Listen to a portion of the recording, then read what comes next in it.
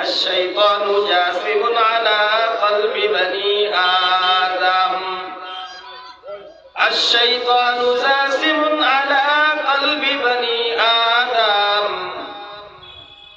শয়তান মানুষের কলবের ভিতরে আসন দিয়ে বসে থাকে, মজবুত হয়ে বসে থাকে। ফাইদা যাকারাল্লাহ, যখন আল্লাহর বান্দা আল্লাহকে স্মরণ করে, ফানাসা, শয়তান পালিয়ে যায়। ওয়াইদা গফালা ওয়াসওয়াসা, আবার শয়তান যখন নেকের কাজ করতে গাফলতি করে, তখন শয়তান মানুষকে ধোঁকা দেয়, ওয়াসওয়াসা দেয়। তো আমাদের কলবটা শয়তান এমন ভাবে ঘিরে ফেলেছে যে নামাজের ওয়াক্ত হইলে আমরা নামাজে যাইতে মন চাই না, ইবাদতে কেউ ডাকলে যাইতে মন চায় না, গুনাহের দিকে যাইতে মন চায়, কিন্তু সওয়াবের কাজ করতে মনে চায় না। কথা ঠিক কি না? তাহলে বোঝা গেল আমাদের শয়তানে কিসে, আমাদের কলব কিসে ধরছে? শয়তানে ধরছে। আল্লাহ রাসূল সাল্লাল্লাহু আলাইহি ওয়াসাল্লাম হাদিসে পাকের মধ্যে ইরশাদ করেন, লিকুল্লি শাইইন ফিকালা ওয়া ফিকালাতুল কুলুবি যিকরুল্লাহ। আল্লাহ পাক রব্বুল আলামিন কোরআনুল কারীমের মধ্যে বলেন, ক্বাদ আফলাহা মান যাক্কাহা ক্বাদ আফলাহা মান যাক্কাহা ওয়া ক্বাদ খাবা মান দাসসাহা। আল্লাহ পাক রব্বুল আলামিন বলেন, ওই ব্যক্তি সফল কাম, ওই ব্যক্তি সফল কাম যে তার অন্তরকে পরিচ্ছন্ন করেছে, যে তার অন্তরকে পরিশুদ্ধ করেছে, এই ব্যক্তি সফল কাম।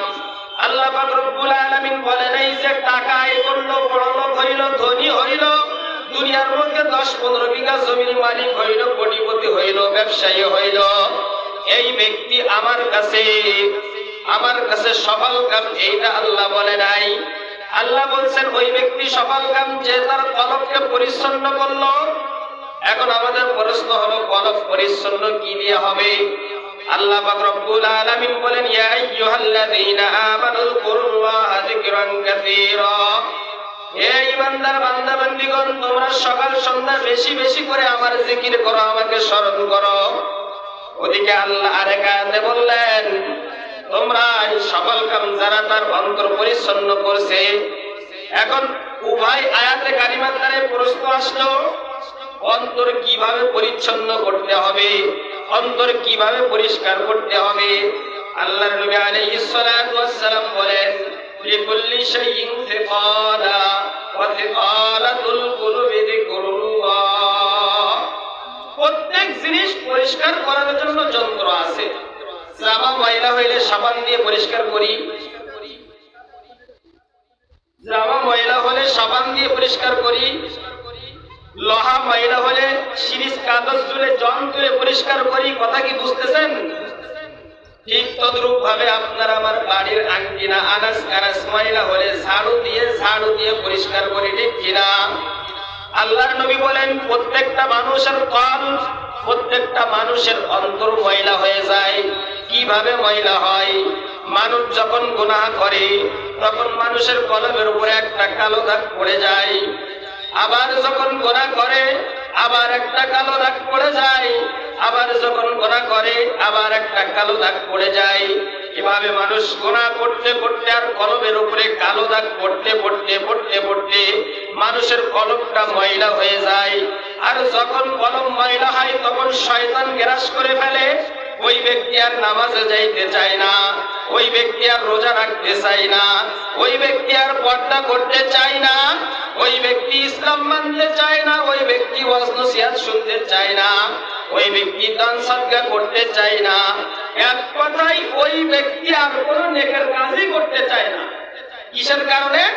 তার কলব ময়লা হয়ে যাওয়ার কারণে।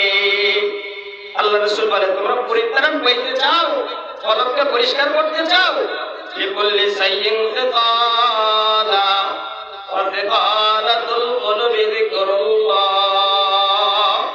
প্রত্যেক জন্তু পরিষ্কার করার যেমন যন্ত্র আছে, তোমার আমার কলব পরিষ্কার করার একটা যন্ত্র আছে।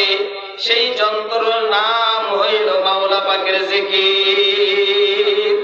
আর জিকির মাওলা পাকের জিকির। আল্লাহ পাক রব্বুল আলামিন বলেন, ফাযকুরুনি আযকুরকুম ওয়াশকুরু তাকফুরুন। বান্দা বান্দি তোরা আমার জিকির করবে, আমাকে ডাকবে, আমি রব্বুল আলামিন তোদেরকে ডাকবো। তোরা যদি জমিনের মধ্যে একা একা বসে আমাকে আল্লাহ আল্লাহ বলিয়া ডাকো, আমি রব্বুল আলামিন তোমাদেরকে আরশে আজিমে একা একা নাম ধরিয়া ডাকতে থাকবো। আর তোমরা যদি জমিনের মধ্যে মাজমা মিলাইয়া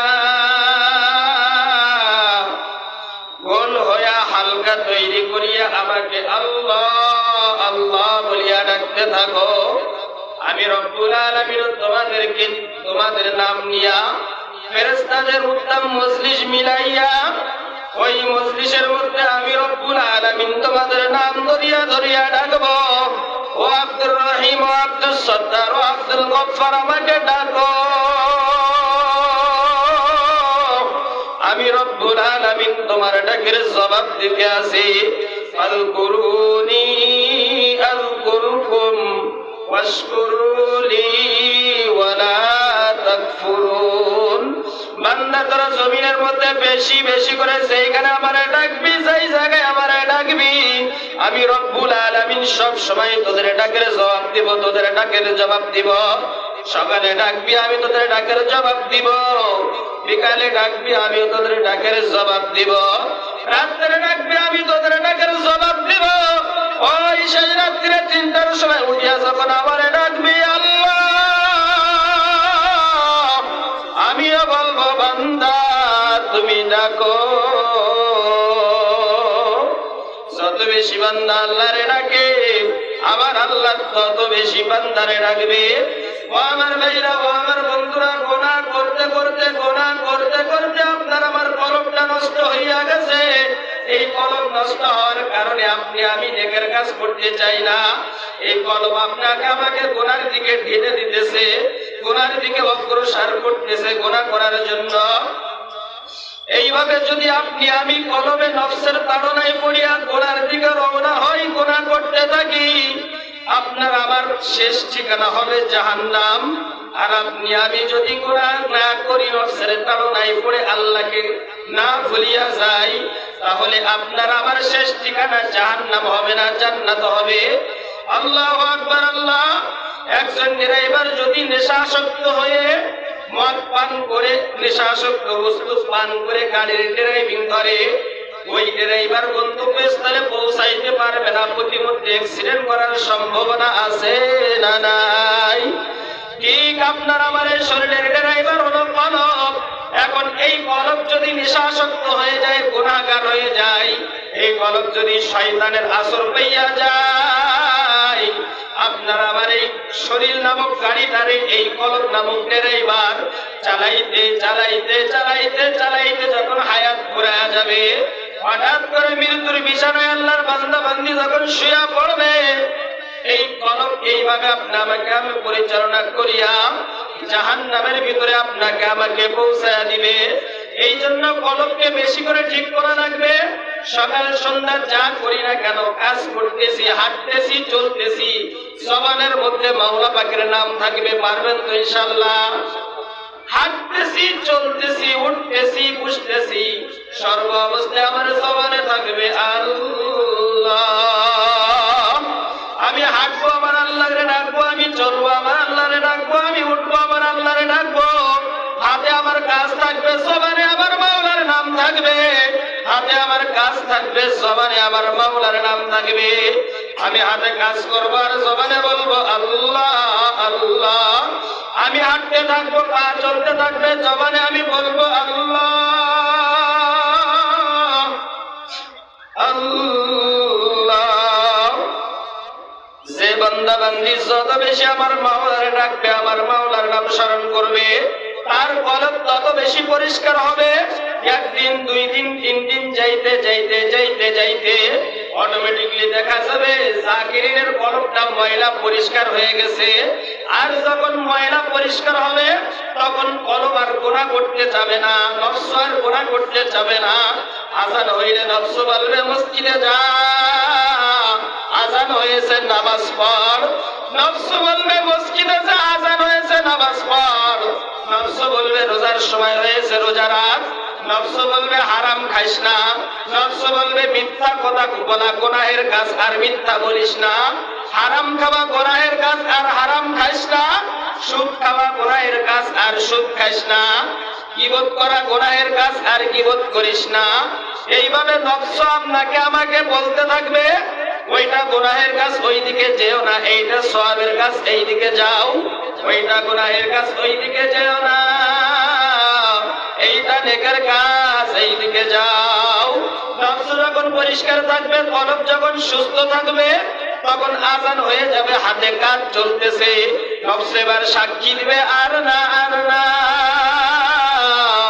বহুত কাজ করেছো, সব দুনিয়ায় রাখিয়া চলিয়া যাইবা কবরের মাঝে, এখন আজান হইয়া গেছে, তুমি একটু তোমার আখিরাতের কাজ করিয়া আসো। তুমি নামাজে যাও, নামাজ পড়ো, তারপরে কাজ করো। কলব যদি সুস্থ না থাকে এই অনুভূতির ভিতরে সৃষ্টি হবে না, কলব সুস্থ থাকলে অনুভূতি সৃষ্টি হবে। এই জন্য কলব চাইবে গুনার কাজ করতে, আমি গুনার কাজ করব না। ফজরের আজান হয়েছে, কলব বলবে, নফস বলবে এখন একটু আরামের ঘুম লাগছে, আরামের ঘুমে একটু বিছানায় ঘুমা। আপনি বলবেন না না না, আজকে আমি আরামের ঘুম যদি দুনিয়ার বিছানায় ঘুমাই, আমার কবরের মধ্যে আমার আল্লাহ জাহান্নামের মধ্যে যখন নিয়ে যাইবে, আল্লাহু আকবার, আল্লাহ আগুনের দশক, আগুনের কম্বল, আগুনের ল্যাব লাগাইয়া আমার উপরে শোয়া দিয়া বলবে, ও নেমখারাম, দুনিয়ার মধ্যে ফজরের আজান যখন হইয়াছিল, নামাজের জন্য মুয়াজ্জিন মসজিদের মিনার থেকে হাইয়া আলাল ফালাহ বলে ডাক দিয়েছিল, কিন্তু তুই তো ডাকের জবাব দিয়া মসজিদে যাও নাই, তুমি দুনিয়ার মধ্যে আরাম করছো লিপ্তশেকের মধ্যে শুইয়া। ও নেমখারাম, তোর জন্য আমি মাওলা এখন আগুনের দশক লাগাইলাম, আগুনের কম্বল লাগাইলাম, তোর এখন আগুনের দশকের উপরে শুয়াইয়া আগুনের কম্বল দিয়া তোরে মুড়ি দিয়া তোরে আরাম ভোগ করাইব, তুই কবরের মধ্যে আগুনের আরাম ভোগ করতে থাক। আর যারা কষ্ট করিয়া ঠান্ডা পানি দিয়া উযু করিয়া ফজরের নামাজ পড়ছে, আমার মাওলা ডাকিয়া বলবে, আয় আয়, ও আমার বান্দাবান্দীরা আয়, আমি রব্বুল আলামিন তোদের জন্য সুখের ঠিকানা জান্নাত রাখছি, আয়।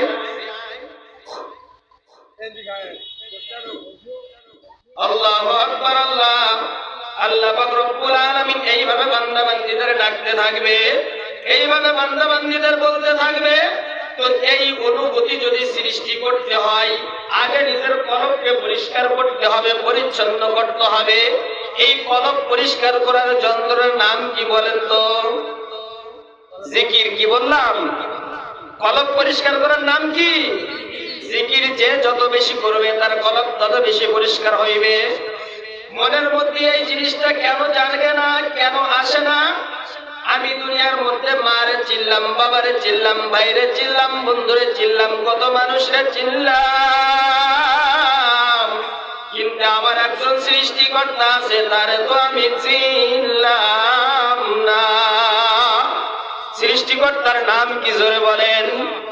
আমাদের সৃষ্টিকর্তার নাম কি? সৃষ্টিকর্তার নাম হইল আল্লাহ। আমার মনের মধ্যে এই প্রশ্ন তো আসে না, আমার মারে চিল্লাম, বাবারে চিল্লাম, ভাইরে চিল্লাম, বন্ধুরে চিল্লাম, দুনিয়ার কত মানুষের আমি চিল্লাম, কিন্তু আমার মাওলারে তো আমি চিনলাম না। মাওলার যদি চিনতে হয় মাওলার জিকির করতে হবে, মাওলার যদি চিনতে হয় মাওলাকে ডাকতে হবে, মাওলার যদি চিনতে হয় মাওলারে বারবার ডাকতে হবে, বারবার ডাকতে হবে। আল্লাহ পাক রব্বুল আলামিন বলে, বান্দা বান্দিরে তোদেরকে বানাইলাম আমার ইবাদতের জন্য। আল্লাহ আমাদের ইবাদতের জন্য বানাইছে। হাত দিয়েছে কে? জোরে বলেন, কে দিয়েছে? আমার জবান দিয়েছে কে? আমার চক্ষু দিয়েছে কে? আমার পা দিয়েছে কে? আমার অঙ্গ প্রত্যঙ্গ সব বানাইলো আমার আল্লাহ। আল্লাহ পাক রব্বুল আলামিন ডাক দিয়ে বলতে থাকে, ও আমার বান্দা বান্দিরা, আমি রব্বুল আলামিন।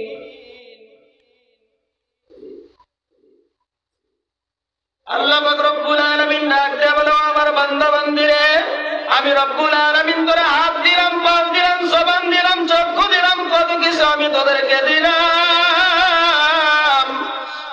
ইবাদত করার জন্য, আমার বন্দেগী করার জন্য রে বান্দা। কিন্তু তোর জবান আমি মাওলাই দিলাম, কথা বলার শক্তি আমি মাওলাই দিলাম। তুই তোর মারে মা বলিয়া ডাকো, বাবারে বাবা বলিয়া ডাকো, ভাইরে ভাই বলিয়া ডাকো। আমি মাওলার তাকায়া থাকি, আমার বান্দা কখন আমারে আল্লাহ বলিয়া ডাক দিবে, কখন আমারে আল্লাহ বলিয়া ডাকবে, কখন আমার মাওলা বলিয়া ডাক দিবে, কখন সুবহানাল্লাহ বলবে, কখন আলহামদুলিল্লাহ বলবে, কখন আল্লাহু আকবার বলবে। আমার মাওলা এইভাবে তাকায়া থাকে। আমার মাওলা বলে, বান্দারে তোর হাত দিলাম আমি মাওলা আমার ইবাদতের জন্য, তোর পা দিলাম আমি মাওলা তোর ইবাদতের জন্য, কিন্তু আমার দেওয়া অঙ্গ প্রত্যঙ্গ আমার কাছে না লাগাইয়া দুনিয়ার মধ্যে বিভিন্ন কায়দায় বিভিন্ন গুনাহের কাছে লাগাইলি। আমি মাওলা সব দেখতেছি, আমি মাওলা সব দেখতেছি।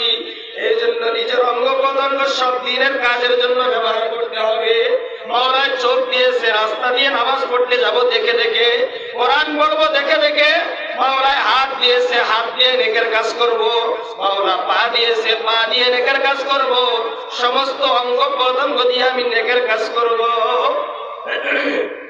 সমস্ত অঙ্গ প্রত্যঙ্গ আমার মাওলাই আমার ইবাদতের জন্য দিল, আমি সবগুলো আমার মাওলার ইবাদতের জন্য ব্যবহার করব।